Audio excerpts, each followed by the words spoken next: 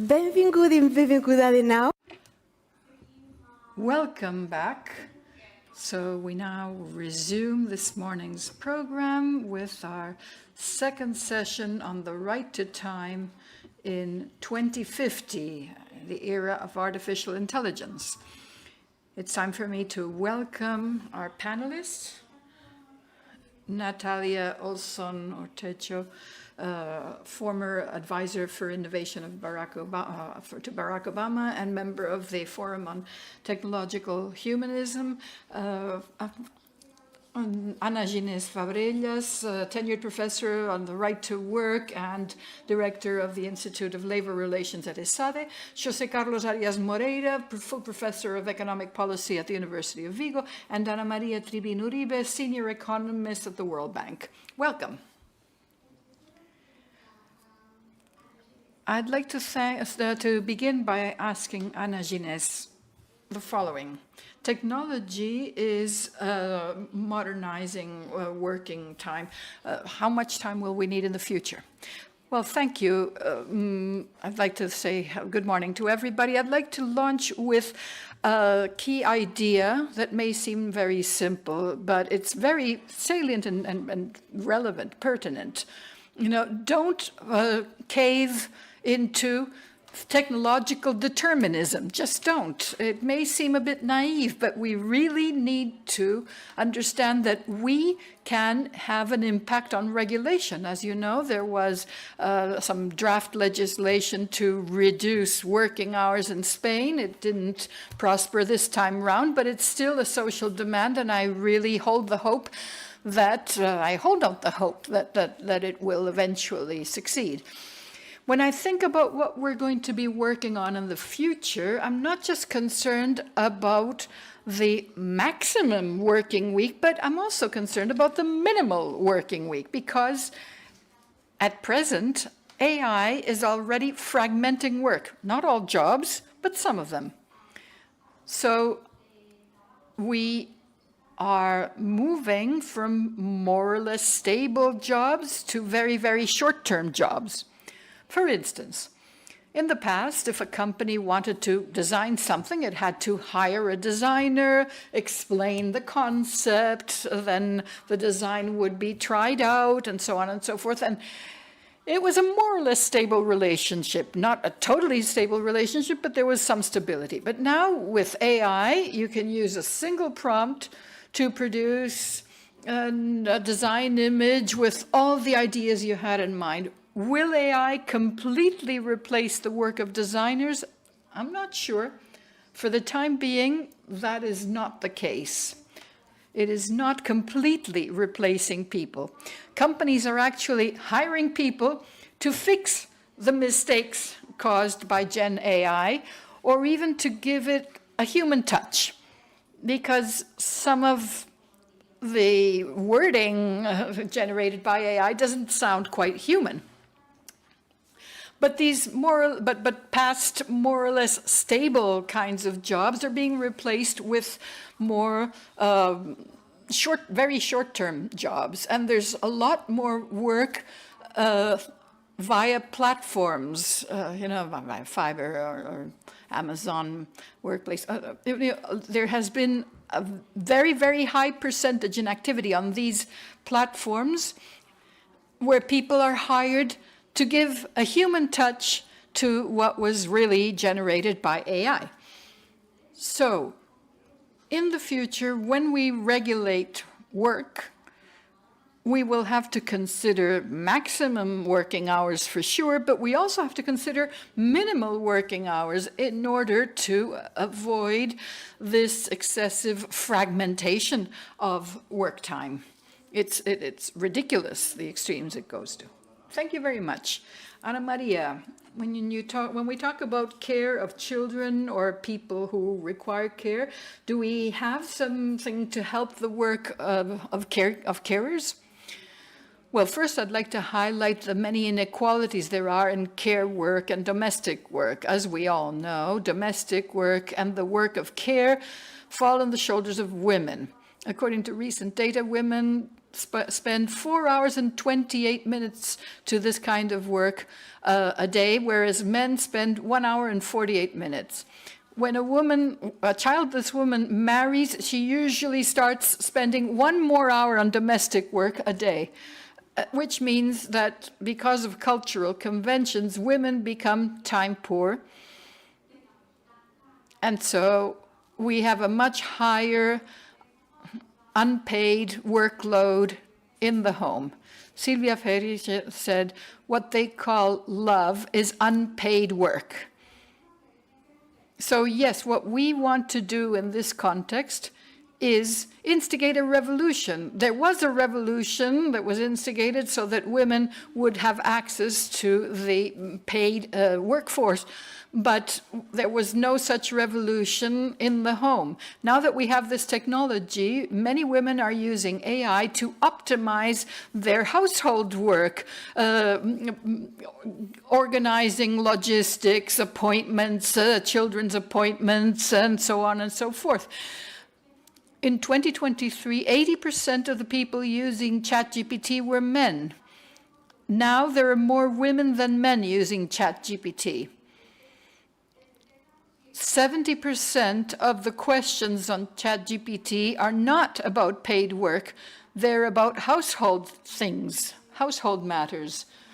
So daily tasks, education, so on and so forth. The highest growth in the use of ChatGPT has been in medium to low income countries. So technology is bringing about changes that are also changing things in the household, making unpaid work more efficient. That does not mean we're achieving a fairer distribution of household work. What we're doing is making it more technological and, yes, more efficient, but still falling on the shoulders of a single person. So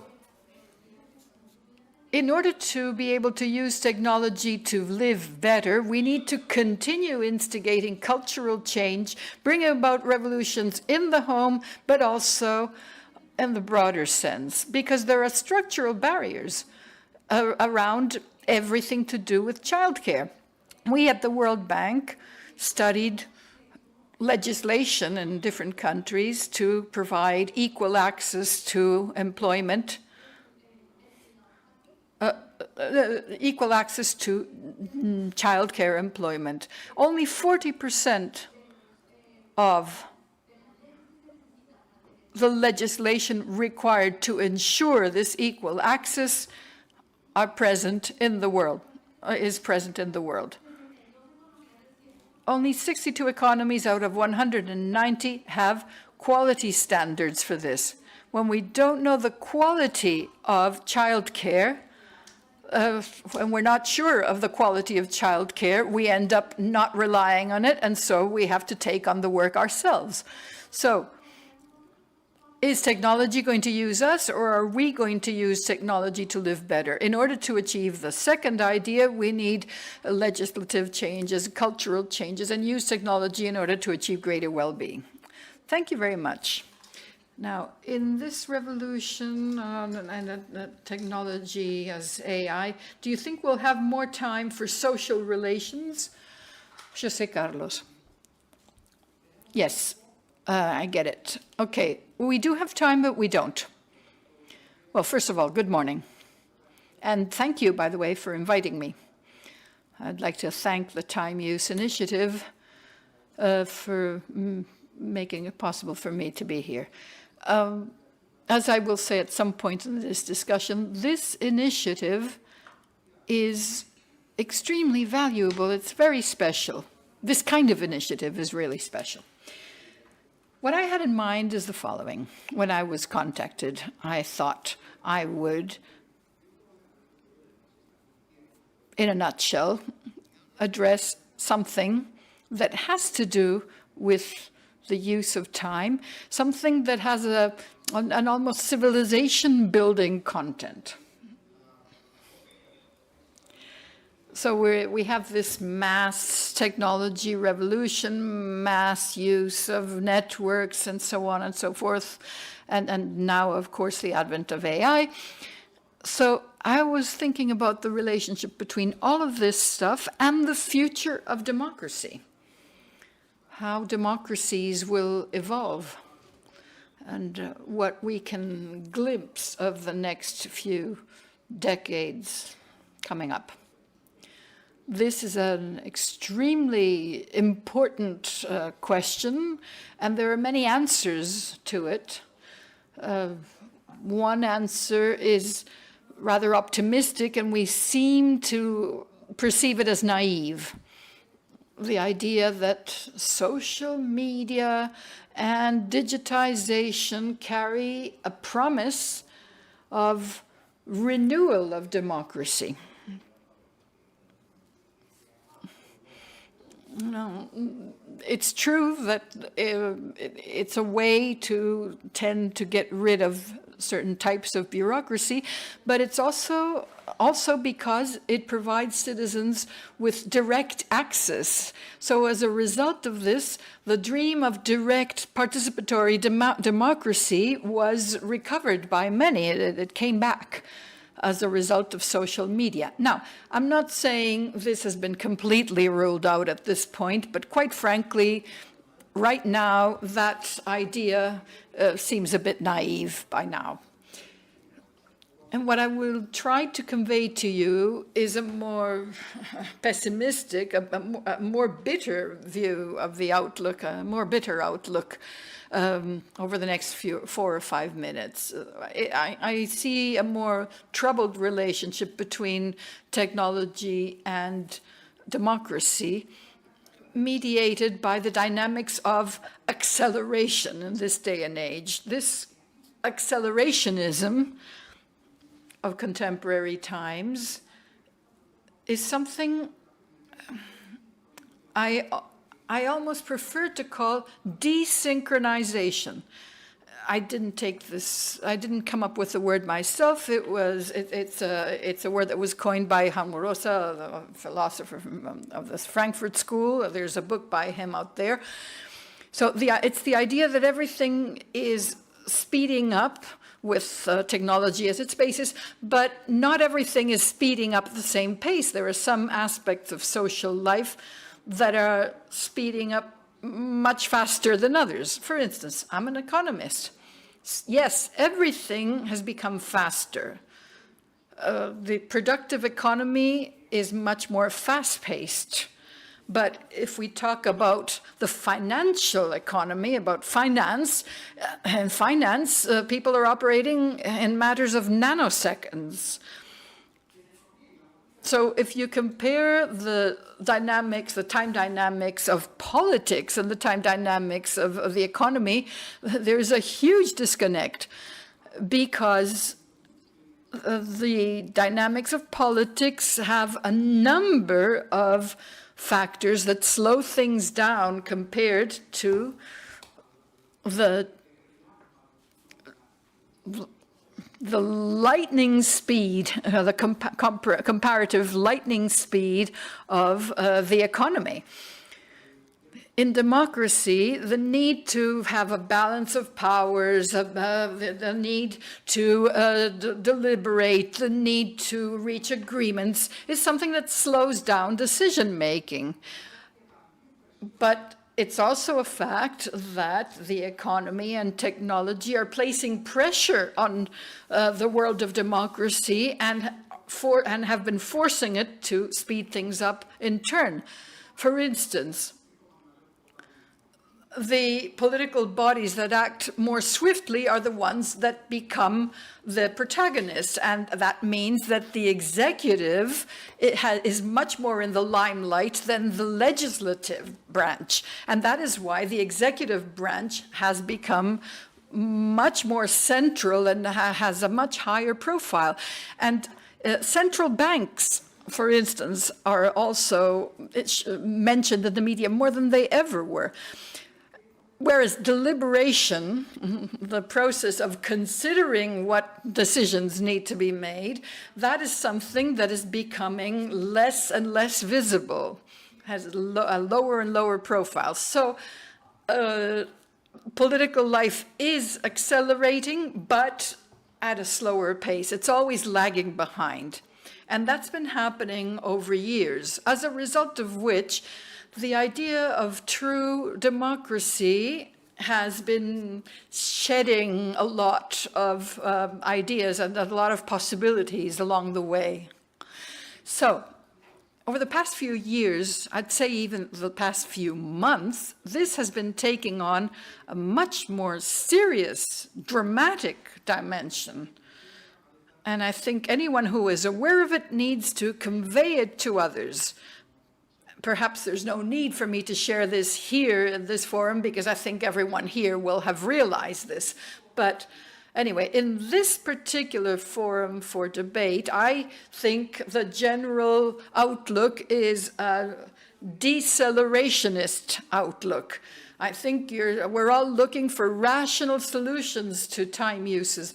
And the idea is that time should not become our enemy, and so on and so forth. But por lo menos en Estados Unidos.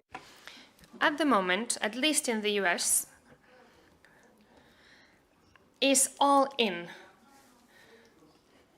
With the help of the techno-oligarchs, the US is all in when it comes to accelerating to the maximum. And they are explicitly talking about Elon Musk, Sam Altman. They are accelerating, and they call themselves accelerationists. So, to the maximum expression, they are the complete opposite of what we are discussing here today. And I think this is a problem for democracy, and it is of paramount importance. And I will continue later. Natalia Olson, as an expert in innovation, do you think that technology will have a positive impact on the use of time, or will it be a negative impact? I'm a very positive person. I come from the acceleration country, but we are a very young country, because it is the truth. The US is sort of a teenage country. And we are indeed accelerating. We are very innovative, but at the same time, we are very competitive. We thrive in that. But it is important to not be elitist, and we need to keep in mind that the power is not only at the hands of a very few. And this is what a democracy is. Keep in mind that the first iPhone came out in 2007, the first app in 2008, so it's been less than 20 years.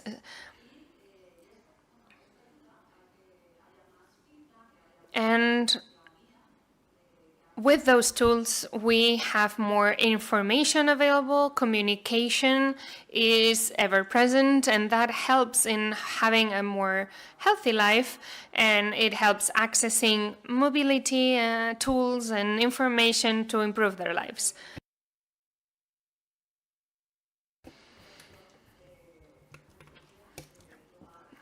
The global economy back then was crumbling down in 2008, 2009.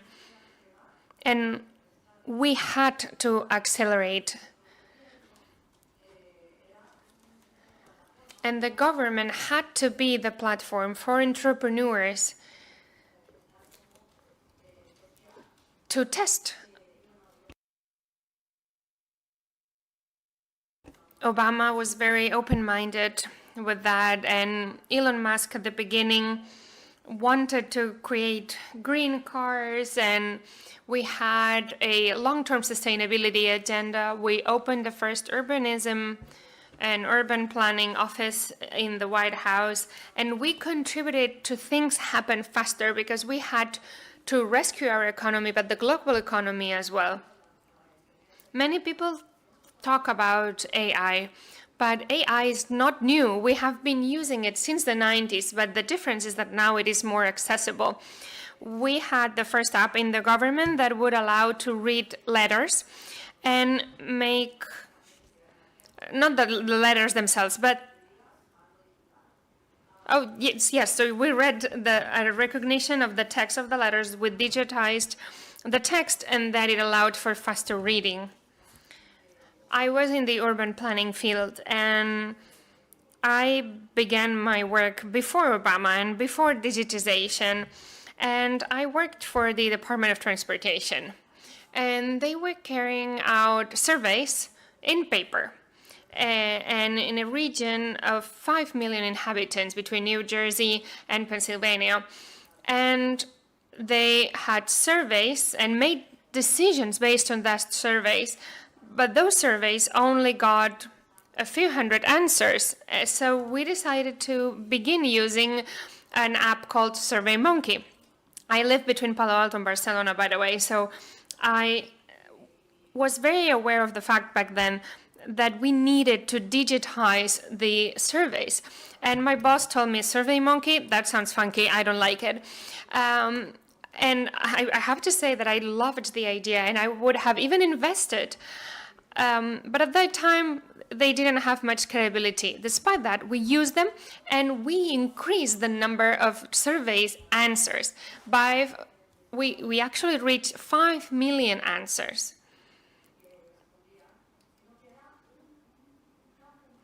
And we managed to have a bigger sample size, and we were able to have more feedback. And we began to analyze the trends, and through those answers, we decided how to make policy, how to improve our current public policies. And I think there have been improvements in many areas when it comes to be more responsive and have better governments. Thank you, Natalia. Now I have a question for all of you. What solutions do you think help to promote the right to time in a moment where technology is advancing so fast, specifically AI? Anna, let's begin with you. I am also an optimist, and I have a good idea of AI, and I do think, however, that we need to understand how we use technology. Are we going to use technology, or is technology going to use us? When it comes to the gender perspective and time use, we see that there are not enough surveys about time use, and maybe we can use a tool to better understand the time that we use and how we use it, and the spare time that we have or do not have, and if we are investing that time in what we want or not. So I do think that it is something that we can use to our advantage for the general well-being. For example, in couples, there are many different solutions to divide time and divide tasks. And I have seen how some couples use Excel files to see and calculate what each of them is doing. And ChatGPT could be used there as well and organize that faster.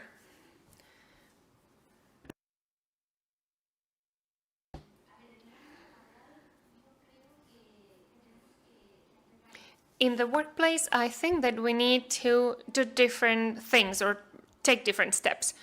When it comes to the increase in the use of technology, we need regulation. There is already a European directive. We have the rider or delivery man law, but we need to expand what we call the rider law to other jobs, to those short-term jobs that I mentioned at the beginning. So we need regulation to guarantee that there is a contractual relationship with the appropriate rights if they are working for a specific platform. But generally speaking, when it comes to the labor market, I think that we need to rely on collective bargains negotiated by trade unions, because that will help us sort of translate the law of the country into practical matters when it comes to contracts with the companies. And I think about what I heard in the opening session and what Xosé has said. AI is also intensifying the work. is accelerating the work. And that has an impact from the labor protection point of view as well. There are more accidents, more incidents, more injuries, because if you are working in an accelerated pace, you lose sight of that. And also there are psychological and social impacts. If I work all day long talking with a chatbot, well, that has an impact, and I don't know what the results may be in the future. We need to guarantee that your work time is also quality time, because if you are working in a fast-paced environment all day, that cannot be good. Then we need to guarantee that the work time is something that you can foresee.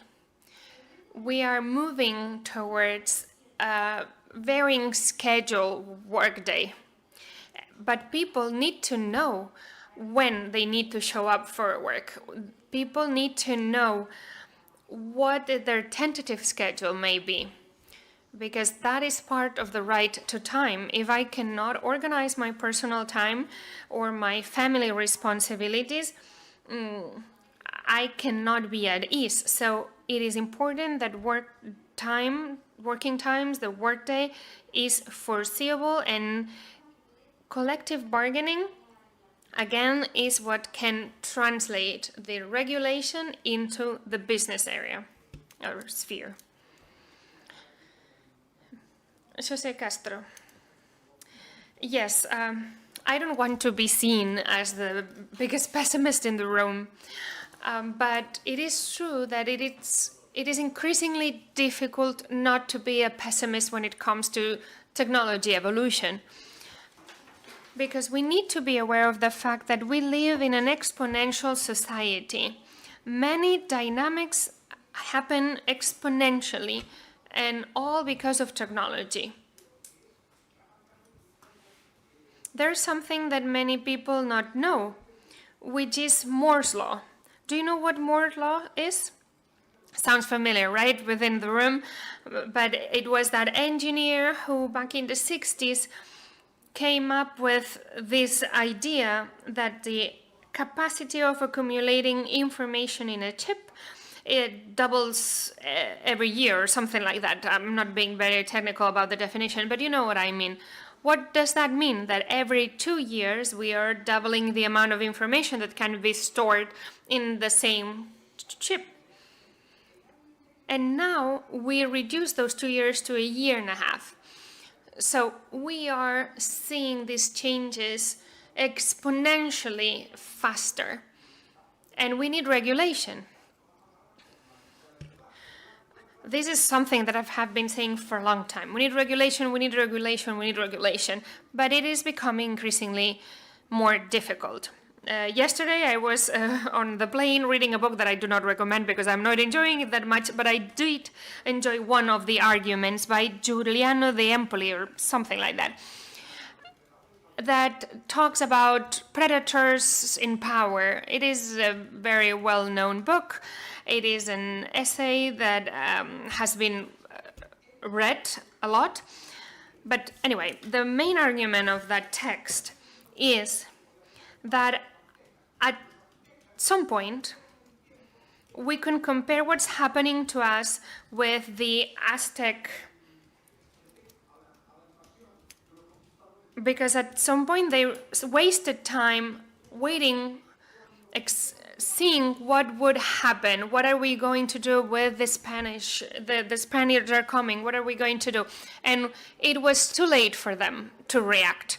And I think I agree with the fact that what the book says, we are going through the same. And it is late. It is too late for us because techno-oligarchs are already here. And techno-oligarchs are against any type of regulation. And they say that publicly. So it is becoming more urgent to act. And what do we have?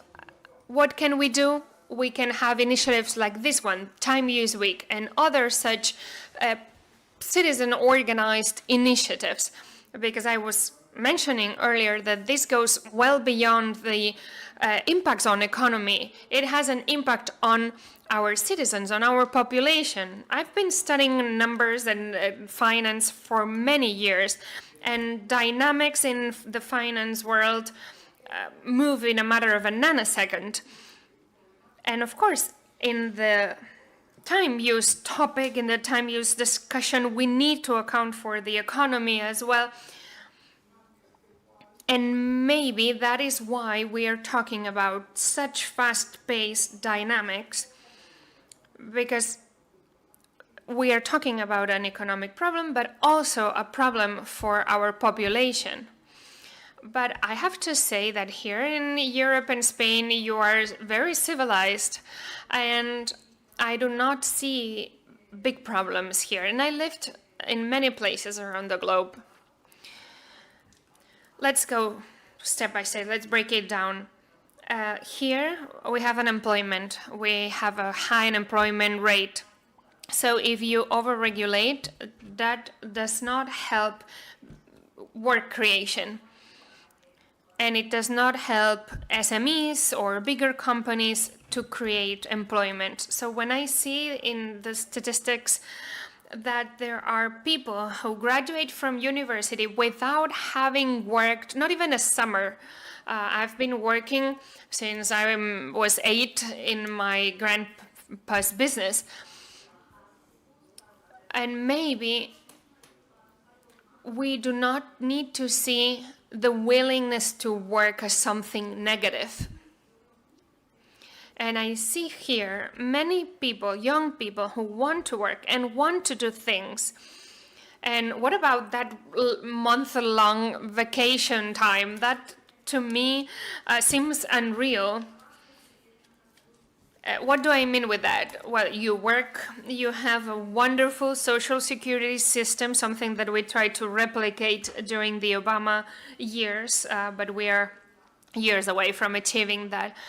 So overregulating does not help innovation. So it is good that we need to protect our population, our people, our workers, but overregulating does not help, because people want to have a decent job. They want to have the option of buying a home, getting married, having something to give to their children. And I think that there is too much regulation here. And this is my honest opinion. I know that sometimes we do it the other way around. We let things happen and we regulate afterwards. But our economy is strong. We have a lot of economies. And we've seen how many Spaniards end up moving their companies to the US to be able to grow better and faster. Macron, actually, when he was Minister of Economy, explained that in a conference that he attended with over 50 companies. And I asked him, why do you bring all your companies there? And he told me they cannot grow in Spain, so in France. So we hope that they can grow in here in the US and then go back to France. And I said, absolutely, these are my development hubs, and I will help your companies grow in the US, employ people in my country in the US, and maybe they will go back to France during their holidays. So this overregulation does not help economies become stronger and having innovation.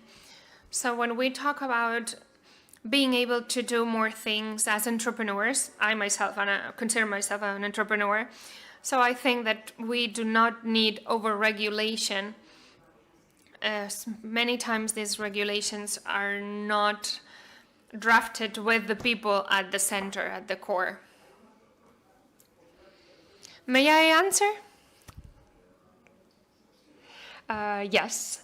What you said is what we hear. That I've heard this many times. And there's something that is undisputable on what you said. In Europe, there is a trend to overregulate. This is a reality. And innovation projects sometimes are hindered because of that. The EU has its strengths, but there is a big problem, and it's how slow it is. We've been saying this, and it is true.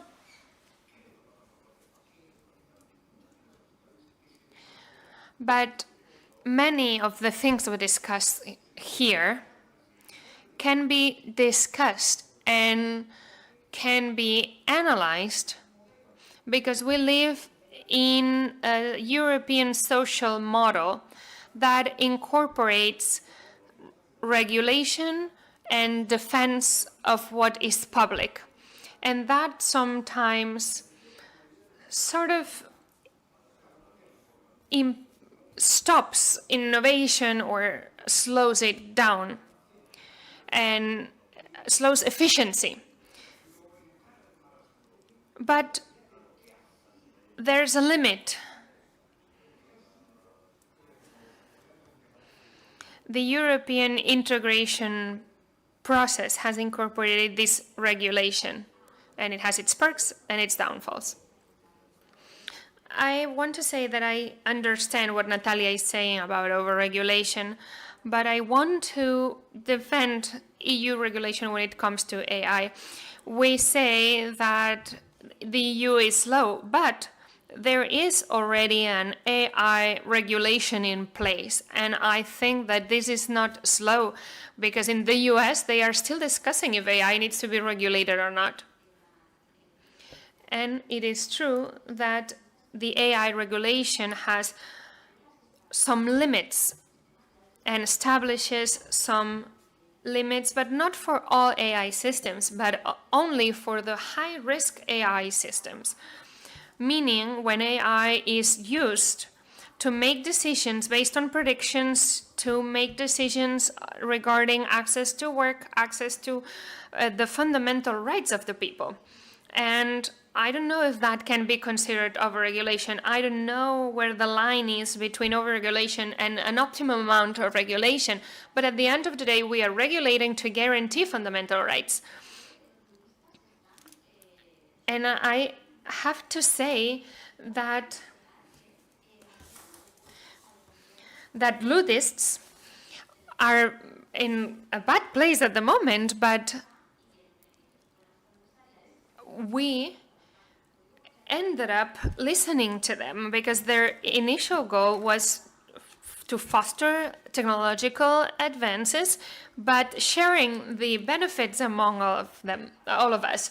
So I just wanted to just say a few words on their behalf.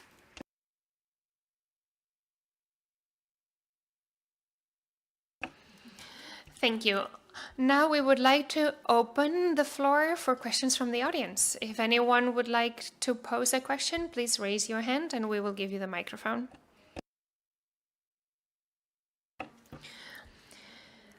I just wanted to say that Luddites were not against technology, but against the exploitation that derived from technology. And for 10 years, they were writing to the parliament requesting, demanding a regulation to defend their rights, because they moved from working at their home with their own tools, and they could combine their work with with their farm, and they moved from that to working in a factory. And that technological advance did not translate into a shorter workday. So again, I just want to reiterate that they were not against technology, but actually against the exploitation that that technology cost. So we need to maybe change the narrative around Luddites and the Industrial Revolution. More questions? Yes?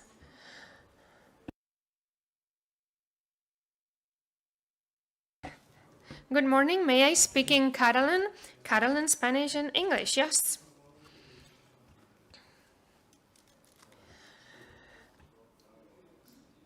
What the professor said made me think, because Europe has tried to incorporate moral values. Moral values sometimes have slowed down the creativity that would let us to innovate. And maybe we are slower in Europe, but we have moved with common sense and we have been regulating. And of course, there's the bureaucracy problem and the fact that it is slow. I just wanted to say that because companies go elsewhere to innovate and they come here and they have a lot of regulation, but a lot of bureaucracy. And they lose time with the bureaucracy that they have to deal with. Sometimes I would ask AI, how can I save time doing this or that? Dr. Arias, how would you phrase time is golden, and if you lose time, you lose your gold? So how would you adapt this idiom, this saying, to the modern era? Is this a direct question to me? I need time to think. A year ago, I wrote a book with that title. And I use that because I like how it sounded. Time is golden, time is of the essence. And time has been transformed over the last few years. The idea of comparing time to gold or time to money, I'm landing the answer. Bear with me.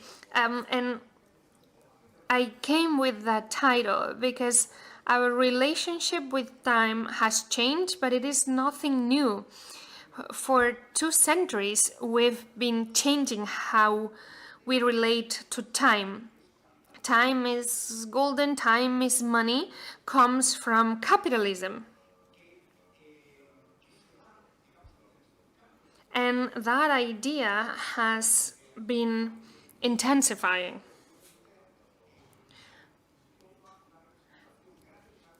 And for example, you can see that in Turner's painting, the boat that is advancing, breaking all the parameters. This is painted in the 19th century, and now in the 20th century, this is taking on a new dimension.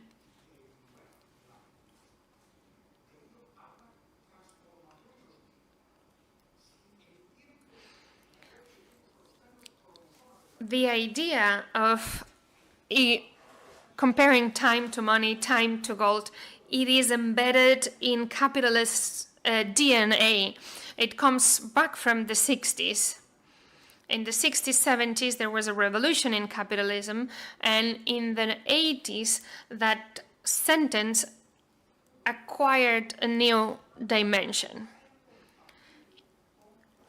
And at the moment, that idea was compatible with prosperity.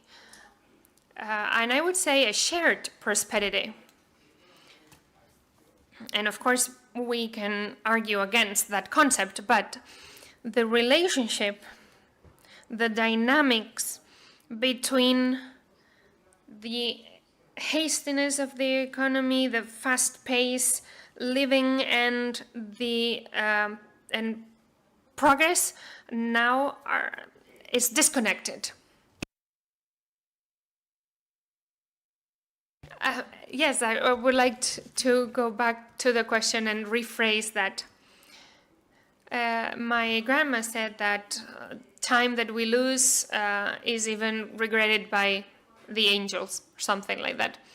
We are in the 4th revolution, the Industrial Revolution. So For many years, we've been trying to define the different industrial revolutions that have taken place. And it is true, it is undeniable that this one is happening at a faster pace because there are more people in the world and people want more efficiency. They want to receive their Amazon package the day after. They want to get an answer to their loved ones in a matter of 1 or 2 minutes. There is no patience. People are not patient. And they want more efficiency for their own lives. I always like to say, okay, how many of you are willing to not use your phone for a week? Okay, some of you. But I bet that after 3 or 4 days, you're going to find it difficult. But I invite you to try. But what I wanted to say is that we need to think not only about the revolution that is happening at the moment, but also the future revolution, because we are fairly comfortable at the moment. 20 years ago, we had very different discussions, and when we had to create new economies, when we passed all the sharing legislation to share data, to share information, we created a new economy, the sharing economy, and that is when Uber, Airbnb, and such came up to be.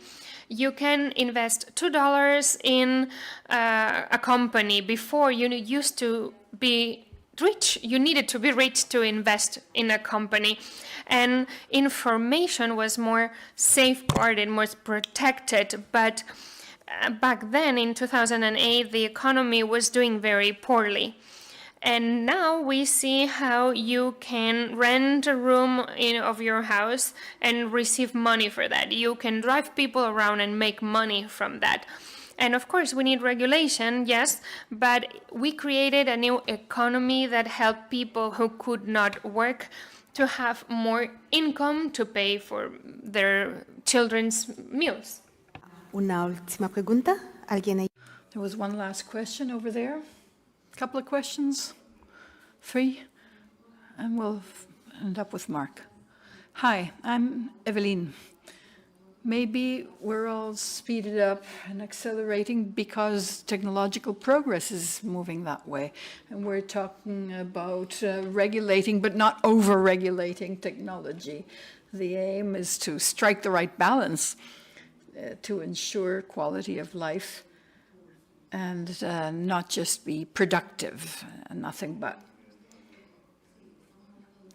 So yeah, we're talking about regulating but not over-regulating, but I think we should talk a bit more about providing tools for people to know how to disconnect, because technological progress is so fast that it's very difficult to switch off. I mean, we are connected all the time, and Natalia raised that question. Can we do without our phones for such a long, for as long as a week? Maybe by day 3 we would be a bit stressed out. So we also talk about innovation,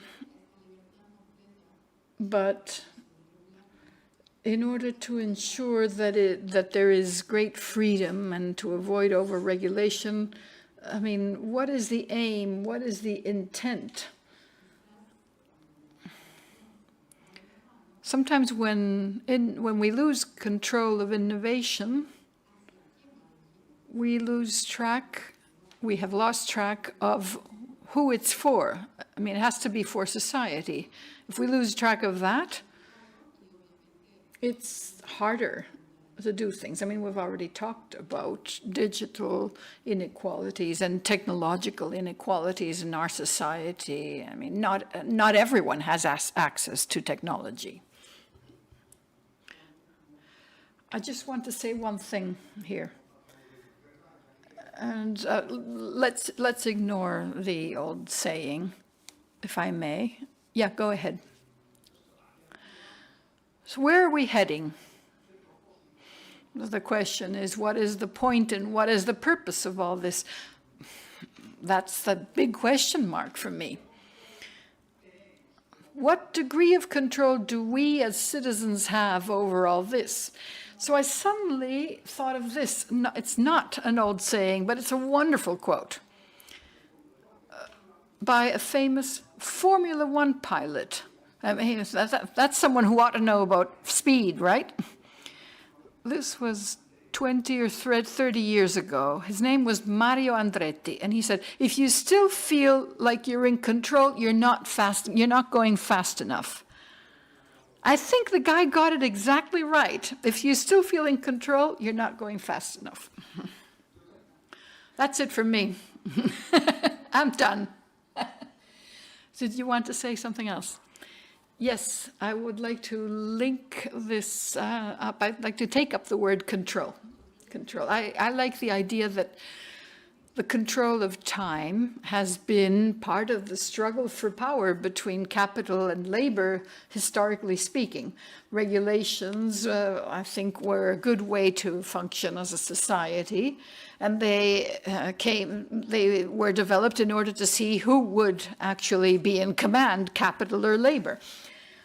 So my question is, what would you feel about, this question about the uses of time in the era of artificial intelligence? It seems clearer and clearer to me that AI gives us a false sense of control over our lives, and what it's doing is making people more separate in our society. So, we all kind of assume that everyone can benefit equally because we all have equal material conditions, which is absolutely wrong, but it's an assumption. So there is a false collective consciousness that believes that we are actually in control of our lives. So that is what is leading us not to regulate jobs. It leads us to think that we're in a participatory democracy where we participate, but we actually don't, and so on and so forth. I was wondering how the members of the panelists feel about this. And you also quoted some data about ChatGPT uses by gender. I'd love to know where the statistics came from, because those of us who work on gendered uses of time were quite surprised by what you said. Well, that was an op-ed published in MBR using ChatGPT data from 2023 to the present, and how it's been used, and the relative share of men and women using it. Something else I wanted to discuss. AI certainly holds certain hazards and risks, but it also can democratize access to lots of information. I'm from Colombia. When I was growing up, we didn't have any libraries. There were very, very few libraries. And our economy was not open. So getting access to books and information was extremely difficult.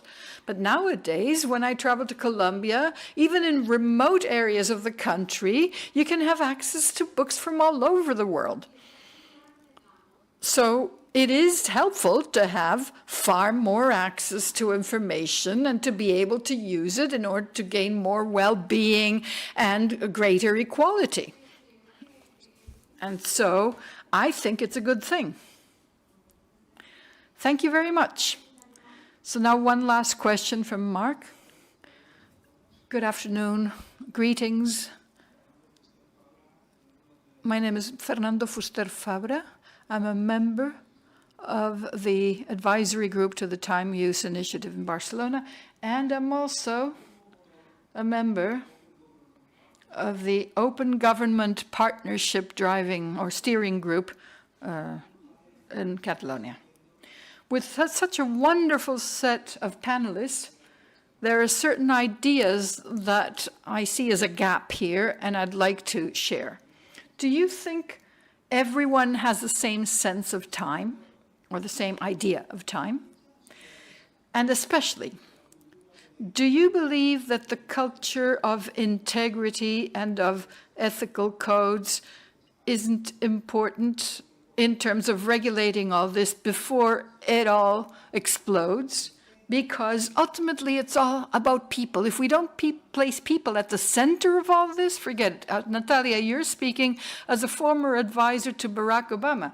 11 or nearly 12 years ago, Barack founded the Open Government Partnership We just completed the summit in Vitoria. Last Saturday, I returned to Barcelona from Vitoria, and we placed people power at the center of that summit. People at the center. So, codes of ethics, the culture of integrity, and the individual responsibility of every citizen from the bottom up, not from the top down. Yeah, so here you're talking about time is money. Well, it was Ben Franklin who said that for the first time when he created capitalism.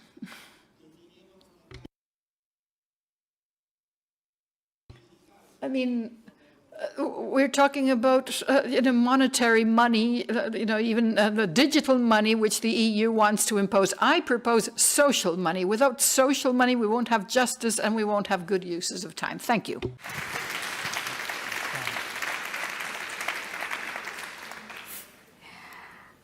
Pues es una de las cosas que hicimos Open Government. That was one of the things we did, indeed. Open government, that's why we have legislation to make information open and public so that citizens can exercise their responsibilities. I mean, it's ultimately citizens who vote for their politicians. They're the ones who should be able to find out what their politicians are doing, and having access to all this is very important. It can be difficult to deal with politicians, but you need to remind them that you are paying their wages with your taxes. That's very interesting. We've reached the end of the session. Thank you, Natalia, and Ginès, Ana Maria, and José Carlos. Thank you very much to everyone.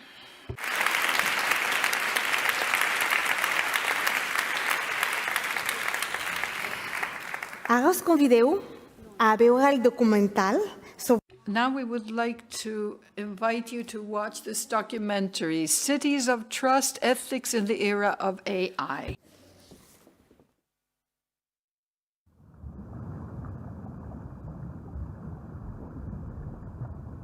Life is speeding up. We live under constant changes that can make us feel uncomfortable. It isn't very easy to assume the omnipresence of technology without understanding its scope and where it will lead us.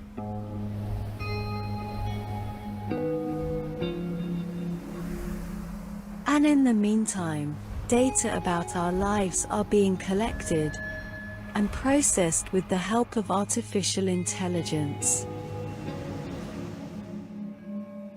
And what exactly is artificial intelligence? Do we know what the actual presence of AI in our cities means and how it affects us? What does it really mean to make decisions based on our data? What do AI-based decisions imply? What risks does it pose, and to what extent can it improve the lives of people living in cities? Trustworthy cities. Ethics in the AI era. Artificial intelligence is an umbrella term in constant evolution and redefinition. It covers a wide range of technologies, such as machine learning, biometric recognition systems, and natural language processing. Broadly speaking, AI consists of a range of human-like cognitive abilities performed by machines. The two defining elements of AI are autonomy, it performs tasks in complex environments without a constant guidance, and adaptability, it improves performance by learning from experience. The use of AI related to city management refers to the collection, interpretation, and analysis of urban data, in order to support policy-related decision-making as well as the development of solutions that are or could be used in an urban context. There are currently several sorts of AI used to improve the management of life in cities around the world. They are used in several different fields. Let's see some examples. In traffic control and to improve mobility in cities such as London, Austin, or New Jersey. In chatbots in order to enhance communication with citizens regarding different topics. For health inquiries in Helsinki, to find and compare parking prices in Buenos Aires or to manage digital procedures in Singapore. Artificial intelligence is also used to improve waste management in the streets of different Dutch cities or in Melbourne, Australia. Another application is facial recognition, used in cities such as London and in Madrid, where it has been pilot tested to pay in some public means of transport by using facial recognition. We also find AI systems to manage air quality forecast data, or to certify if our environment is subject to different kinds of pollution in cities such as Vilnius or Los Angeles. In cities like Barcelona, it is also used to manage petitions by citizens, and also to support the management of public space, by monitoring the city's beaches capacity. But the implementation of artificial intelligence, while entailing many opportunities and improvements in management, also poses new questions and plenty of challenges. Artificial intelligence learns through taught patterns, machine learning, but it can also learn by itself, deep learning. This is the reason why we can introduce a large number of data and allow it to draw conclusions and even make decisions.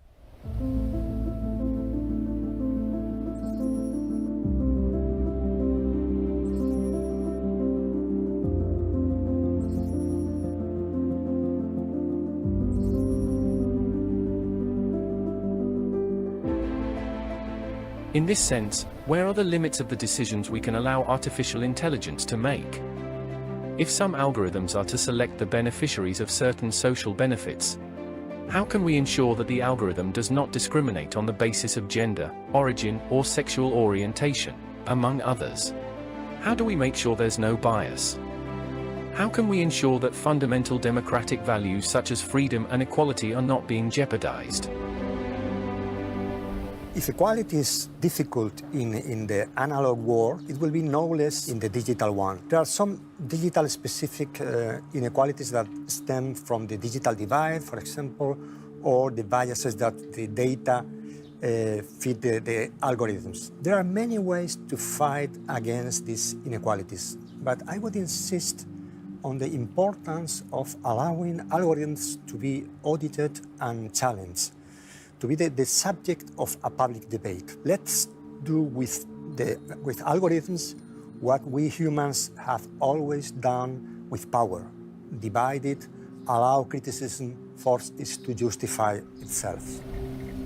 There are many questions surrounding the new uses of artificial intelligence in general, and in the cities in particular.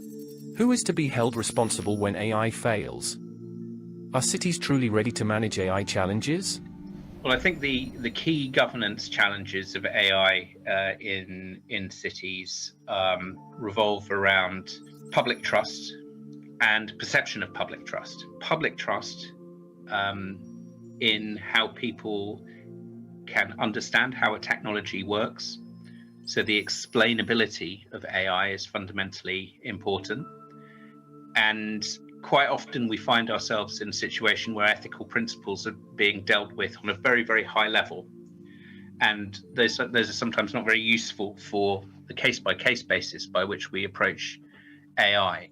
So I think it's really important that the public are involved in the design, they're communicated to and are allowed to talk back to innovators around the use of AI, and that they're reassured by the kind of governance structures that you put in place. We're talking about not really an emergent technology, but a technology that the cities and the public administration are only using it for the last decade. So there's a great challenge in terms of governance. Who runs the algorithms? Who provides the algorithms? How do we use these algorithms? Such a disruptive technology needs to have everyone in terms of accountability or transparency. What is the role of the private sector in the development and control of these new technologies? How can public administrations lead innovation regarding AI in the private sector in order to guarantee ethical standards? I see mainly three tools. One is regulation, The other one is public procurement, and the other one is fostering an innovation ecosystem around ethical artificial intelligence. In terms of regulation, you can develop strategies and policies that had to do with artificial intelligence so as to make clear the position of the city in the deployment of this technology and their projects and in their services. In terms of public procurement, you can introduce digital right clauses in the tendering processes that the City Council does on a regular basis. In terms of fostering an innovation ecosystem around ethical artificial intelligence, what you do is when you make sure that many players have as its core business an ethical artificial intelligence, you can improve the chances to have more services, more projects, more technologies that comply with those principles that we all look after. So really the kind of journey to AI involves a question of improving data quality and questions of technology, but they also involve, in my view, a really deep emphasis on the human being and how we design questions, big questions, thin questions that are relevant to our citizens and how the city functions. And so in all of those spheres, I think no city can go alone on this. They need to talk with other professionals and other cities on their experience in doing these things. In 2018, the cities of Amsterdam, Barcelona, and New York founded the Cities Coalition for Digital Rights, which is an international network of cities that currently brings together over 55 cities around the world, committed to a human rights-based digital transformation. The coalition has created the Global Observatory of Urban Artificial Intelligence, a joint project of CDOB, the Barcelona Centre for International Affairs, and the cities of Barcelona, Amsterdam, and London, with the support of UN Habitat. The Global Observatory of Urban Artificial Intelligence aims to promote ethical applications of artificial intelligence in cities and to ensure that algorithmic tools follow these principles: fairness and non-discrimination, transparency and openness, safety and cybersecurity, privacy protection, sustainability, and accountability. The flagship project of the GOI is its Atlas, a repository of AI initiatives that have been developed and implemented in cities worldwide, and that are aligned with the observatory's ethical principles. Its aim is to analyze the evolution and growth of digitalization in cities from an ethical standpoint, and become a focus point for researchers, local policymakers, and the general public interested in AI. All these initiatives are examples of a broader general effort to create frameworks and strong principles that regulate the use, development, and application of AI in the cities.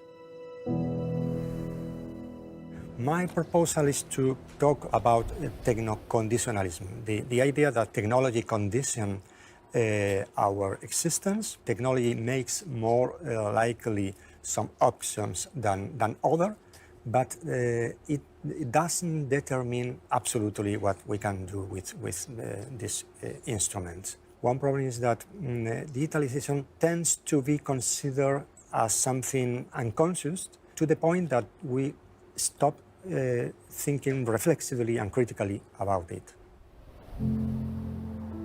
What makes a city smart? Is it technology? Or is it the smart use of technology? Now more than ever, critical thinking and ethics are of paramount importance to manage the technological revolution we are living and to harness its full potential. Governments, the private sector, and citizens alike must demand that ethical principles be preserved in order to regulate the world we have created, a world that is moving fast but that must not leave human values behind. It is our responsibility that technology does not go beyond what is humanly desirable.